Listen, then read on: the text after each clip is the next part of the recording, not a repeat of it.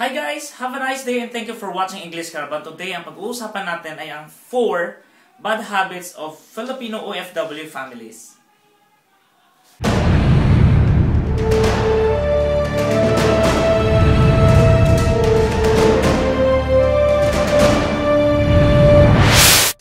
Isa sa pinakamagandang kaugalian ng isang Pilipino ay ang sadyang mapagmahal sa pamilya.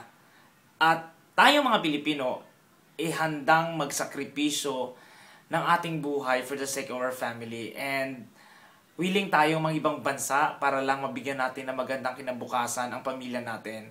And yun na yung tipong you have to get out of your comfort zone. At pag sinabi natin comfort zone, kasi yung we are together with our family, and then mayroon tayong chance na, alam mo yun, makain natin luto ng nanay natin, o mapanood natin yung sinusubaybay nating TV show sa TV with our family. Let's say yung maaga tayo uuwi sa bahay, sabay-sabay tayo maghahapunan ng maaga, and then pwesto na lahat sa sala para manood nga ng mga soap operas. Pero dahil nga sa sobrang baba naman ngayon ng pasahod dyan sa Pilipinas, minsan maganda yung trabaho pero mababa yung sahod. So some Filipinos preferred na talagang mag-ibang bansa, and for them going to abroad or working in abroad is the best solution they can think of para maiahon natin sa kahirapan ng ating pamilya.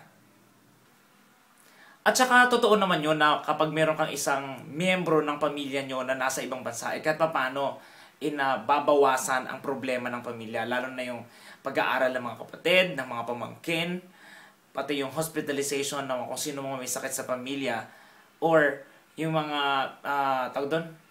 medical bills ng mga magulang, pagpapaayos ng bahay, pagsisimula o pag-i-invest ng bagong negosyo at kung ano-ano pa. But then, minsan nga lang nakakaligtaan ng mga pamilyang Pinoy na minsan alalahanin din sana kung ano man yung kondisyon o kumustahin man lang yung isang OFW na sa ibang bansa. Kasi most of the time, ang nangyayari kasi, our families, inasanay sila na every month meron tayong remittance sa kanila.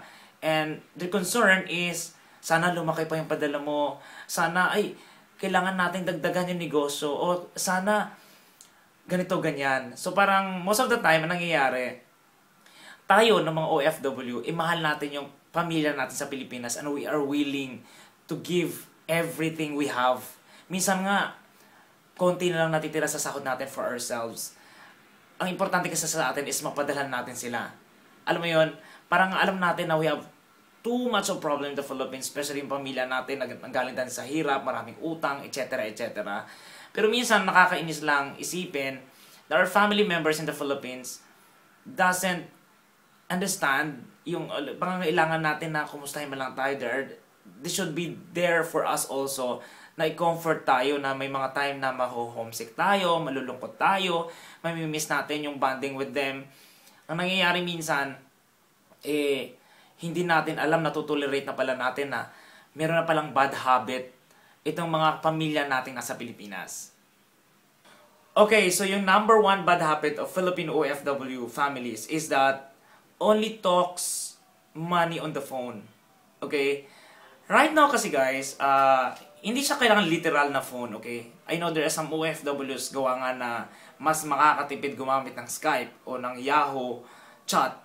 Most of the time ginagamit natin to, but of course there are still time na we still use our mobile to call our family members in the Philippines. And minsan nakakainis lang na yung sana man lang yung bungad sana ng conversation natin is, Jun, kumusta ka na dyan? Kumusta yung trabaho mo? Okay ka lang ba? Nakakakain ka ng maayos? Umiinom ka ba ng vitamins mo? Etc. etc. But then, ang nangyayari guys is napupunta lahat ang conversation into money matters. Parang tipong, nakapagpadala ka na ba? Kasi ganyan, tumaas na kasi ang kuryente natin. Kasi nga dumami na yung appliances natin sa bahay. Or minsan naman, kasi tumaas na yung tuition ng anak mo. O tumaas na yung tuition ni baby. At kung ano-ano pang pagtaas ng mga presyo dyan sa Pilipinas. So, our family members' concern is focuses more on the money na ipapadala mo rather than asking talaga kung ano talaga yung ikaw, you are the one who are providing them money. Parang nagiging less yung concern nila about you, and they are more prioritize nila to know kung nakapagpadala ka na ba or not, o dadagdagan mo ba next month or not, or ano ba, kailan ka ba magpapadala. So medyo masakit para sa isang OFW to know that your family members in the Philippines are already has the habit of, talking only on the phone, more on sa pera lang pinag-uusapan. So, sana naman, we know guys that money is really important. Okay? Kasi nga, gawa nga ng kahirapan natin ng buhay sa Pilipinas. Minsan, pera ang solusyon. But of course, you have to know also kung ano yung kondisyon sana ng kamag-anak nyo na nandito sa abroad. Kumustahin nyo sila.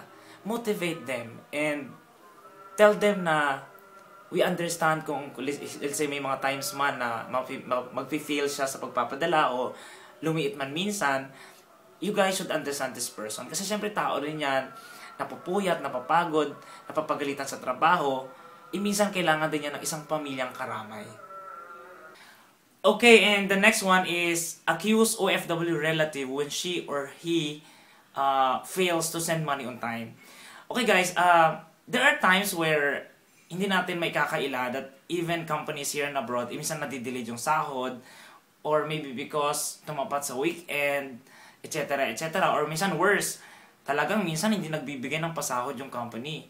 Diba? So, sometimes, ito na nakakainis minsan with some Filipino relatives, Filipino families in the Philippines na mga OFW is that hindi nila maintindihan yung sitwasyon na gano'n.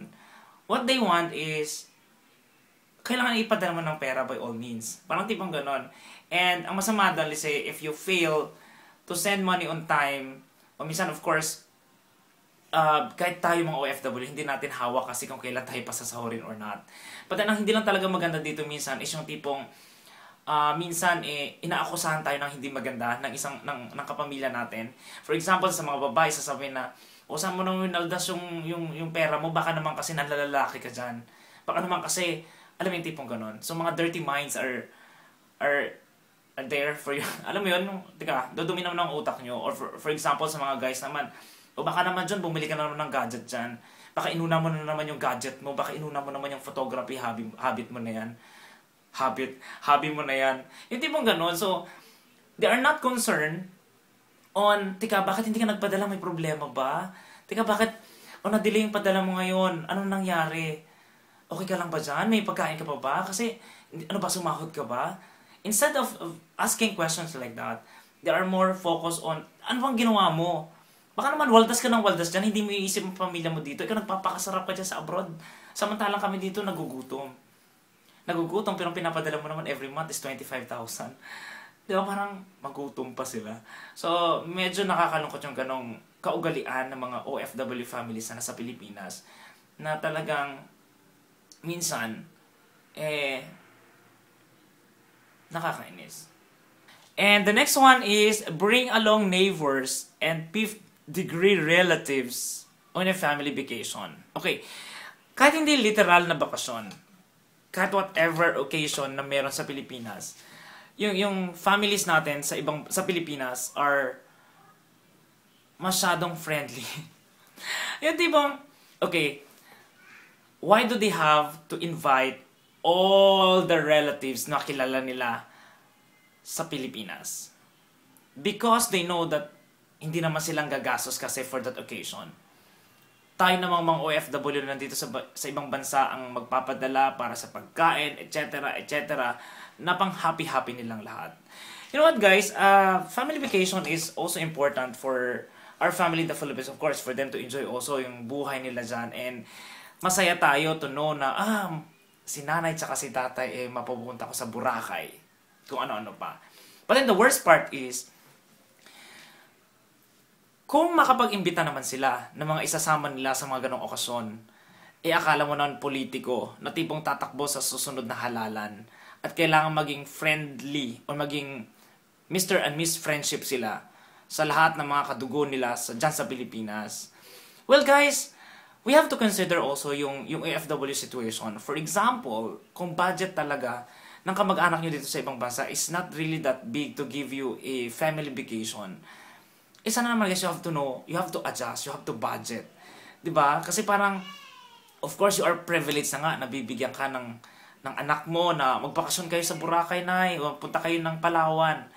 That's already a privilege for you guys, na mabigyan kayo ng kapatid mo, ng anak mo dito sa ibang bansa, ng mga ganong pribilehiyo. Diba? Yung time na enjoy your time with to bonding with your family members na nandyan. Pero sana naman, if you think na, teka, kakayanan ba ng anak ko na nasa ibang bansa yung ganitong gastos or not? So if the answer is yes, then go ahead, enjoy. But if it's not, sana naman huwag mo naman piliting, anak, mangutang ka na lang dyan. Kasi marami sasama, sina tiyo mo, sina ganito, yung asawa bayaw ng ganito mo, sasama sila, nakakahiya naman. Tipong gano'n. Another one is, do not attempt to look for jobs and rely only on a monthly remittance. Ito actually yung masakit sa isang OFW na mangingibang bansa. Okay guys, the reason is this. Because we love our family, willing tayong isakripisyo yung buhay natin. Diba? Sometimes nga, bagong kasal ka pa lang, iwanan mo yung asawa mo. It's because gusto mo magtrabaho sa ibang bansa para mabigyan ng magandang buhay tong bagong pamilyang binuo mo. But when you say kasi pamilya sa Pilipinas, kasama doon yung parents mo, yung pamilya ng kapatid mo, pamilya ng isa mo pang kapatid, etc. etc. So minsan, nakakaasar lang na ng ibang bansa tayo, willing tayong malungkot, mapagod, alam mo yun, humarap sa ibang kultura, mag-adjust sa iba-ibang tao, magtipid, etc. etc. para mabawasan sana yung problema natin sa Pilipinas. But then, ang nangyayari kasi, yung ibang kamag-anak natin, ibang kapatid natin, iaasa na sa padala natin. Na di ba mas masaya ang buhay tambay na meron kang monthly remittance na natatanggap coming from your brother, coming from your sister. Di ba? Tapos ang masama nun, mas mayabang ka pa kaysa sa kapatid mo na nasa ibang bansa na feeling mo parang ikaw yung kumita ng perang yon. So, napakalungkot nun. And minsan, tinatamad na maghanap ng trabaho. Nandiyan naman si Kuya Jun Sobra naman yung pinapadala niya. Sa sunod na lang ako maghahanap ng trabaho. So guys, yung relative nyo na OFW nandito sa ibang bansa has a plan for his life also. So gusto din niya magkaroon ng sariling buhay soon. Lalo na yung mga single pa lang.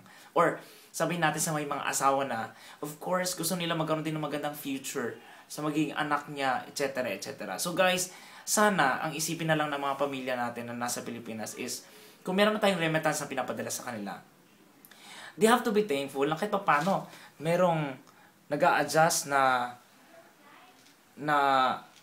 merong tumutulong, di ba, na kahit mabawasan yung problema. And they should not stop on, tawag nito, continue kung ano mga plano pa rin nila sa buhay. Okay? Or minsan naman, kunyari, nag-a-apply ko and simple lang naman yung ina-applyan. Ang daming hinihinging requirements. Kuya, kailangan ko ng pang-seminar na ganito. Kuya, kailangan ko ng bumili ng ganito. Kailangan daw. Kuya, kailangan ko pa umattend na ganitong etc. etc. Yung tipong, yeah, okay, they are on the process of maghahanap ng trabaho. Pero alam yung tipong, sa requirements, magugulat ka na lang bakit parang umaabot na yata ng 10,000 requirements pa lang. Yung tipong nagtitake advantage sila na kesyo wala ka kasi doon, you don't know exactly kung ano nangyayari. So, ikaw naman, dahil you're willing and you love your brother or your sister na magkaroon ng trabaho para makatulong sa pamilya nyo, ikaw naman, bigay ka naman ng mabigay. So, huwag ho nating lokohin yung kapatid natin o yung kamag-anak natin o yung magulang na natin na nasa ibang bansa para lang, alam mo yun, magsinungaling tayo. Masakit ho yun. And sana, you have to consider guys that hindi ho talaga pinupulot ang pera sa ibang bansa. But I believe guys ako kasi, as an OFW, talagang masarap ang buhay sa abroad. Especially kung yung tipong maganda yung trabaho na nakuha mo. Okay? And life dito sa ibang bansa is talagang iba kumpara sa Pilipinas. Because here, lahat yata ng kailangan mo nandito kulang na lang talaga is pera. And may mga buhay, may mga lifestyle dito na maaaring ma-enjoy mo na wala sa Pilipinas. Ganun, di ba? Pero of course, ang paghahanap pa rin ng pera dito sa ibang bansa is hindi ho pinupulot, okay? We have a basic every month. Basic salary every month. And we cannot do anything more than that. Unlike yung may ibang country sana na you are allowed na magkaroon ng sideline, you can get 2 jobs at the same time. Pero like sa case ko sa Middle East, wala isang trabaho lang talagang po pwede. So, do not expect na, alam mo yun, yung kamag-anak nyo na nasa ibang bansa ay namumulot lang ng pera. Alright, so I think that's all for today guys. Thank you so much for watching English Carabao again and I hope po na sana may nakuha kayong aral sa video na sinare ko today. Well guys, tayo pamilya tayo, okay? Mahal natin ang pamilya natin nasa Pilipinas. And sana, for sure of course, yung pamilya natin sa Pilipinas, imahal din tayo. Pero, try guys to show some love sa mga relative nyo na nasa ibang bansa. Because, being away from you is talagang sobrang hirap po nun. Especially if yung may anak ka na sa Pilipinas, may asawa ka, may girlfriend ka, alam mo yun, mahirap po na malayo talaga. Di ba nga sabi nga natin, tulad ng sinabi ko sa introduction video ko kanina na kahit mahirap tayo, basta sama-sama tayo sa iisang bubong, masaya na. So guys, wag mo natin kalimutan yung ganong kasabihan na it is really our happiness to be together with our family members.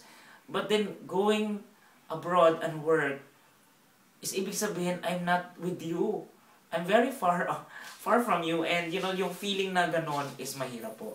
So try to give some time to kumustahin yung kapatid mo, asawa mo, magulang mo na sa ibang bansa, kung kumusta na siya, kung okay lang ba siya, rather than focus your conversation more on money lang talaga.